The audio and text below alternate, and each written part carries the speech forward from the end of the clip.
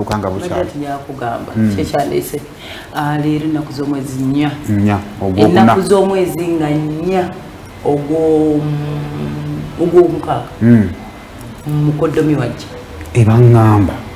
mama yabigamba namukazi oyo baneeta sirikamu namwe abaleke enjabbeega yaŋŋamba essaawa yonna tulina emikolo era kali aki kiva enzo omanyi saayagala bagamba jasi kati saagala kusalako kirevu yalabbanga Hamza just kati tukole enteekateeka organization tetwetaaga sonda nga naye womumanyi kubanga misatu sente weeziri naye twagala meeting tannanzigyamu kyagundi jalibu kubira teyalina mugambe omukoddomi gyali eyo ndagala kulaba ka 772 kange nga katululyo funako ku ssente naye nga ensonga nnungi kati badde onjagaza ki specifically kati nze mbadde nyakugamba kati jjukire of course gwe muko tuteeketeeke jjukira mamba nfuluma senior 16 ng'oli mu senior 4 kati obamanyi bonna bakwano bange ne bakulaga I might get busy kuba kati nze nyatandika noonya ngoye njagala mukolo kikaaki kwanjula kwanjula kulimu ebika oyagala in terms of numbers oyagala abantu nga bameka aye kati ffe tulina obuzibu omwami sente weeziri njagala olujja lwa taata lubonge yita buli omu eyeetagisa gomanyi nti nno mwagala oba njagala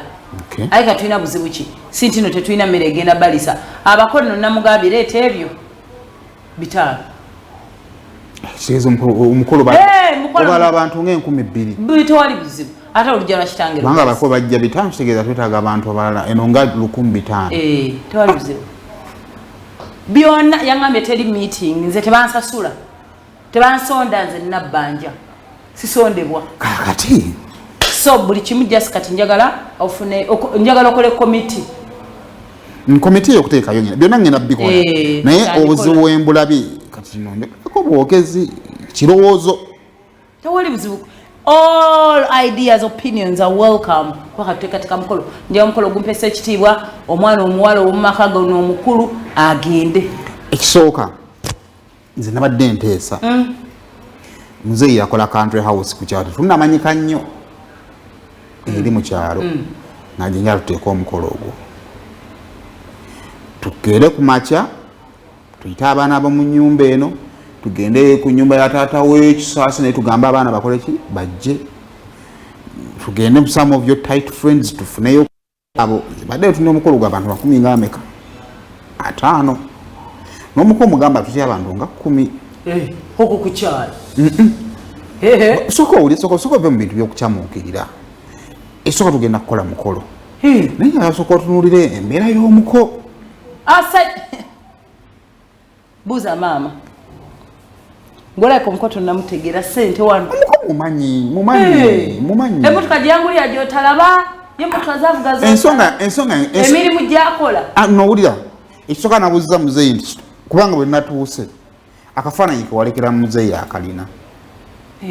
naŋŋamba omuko wo naakola ki ajja nemubuuza nakimulaga ku ssimu nekimuweereza akirina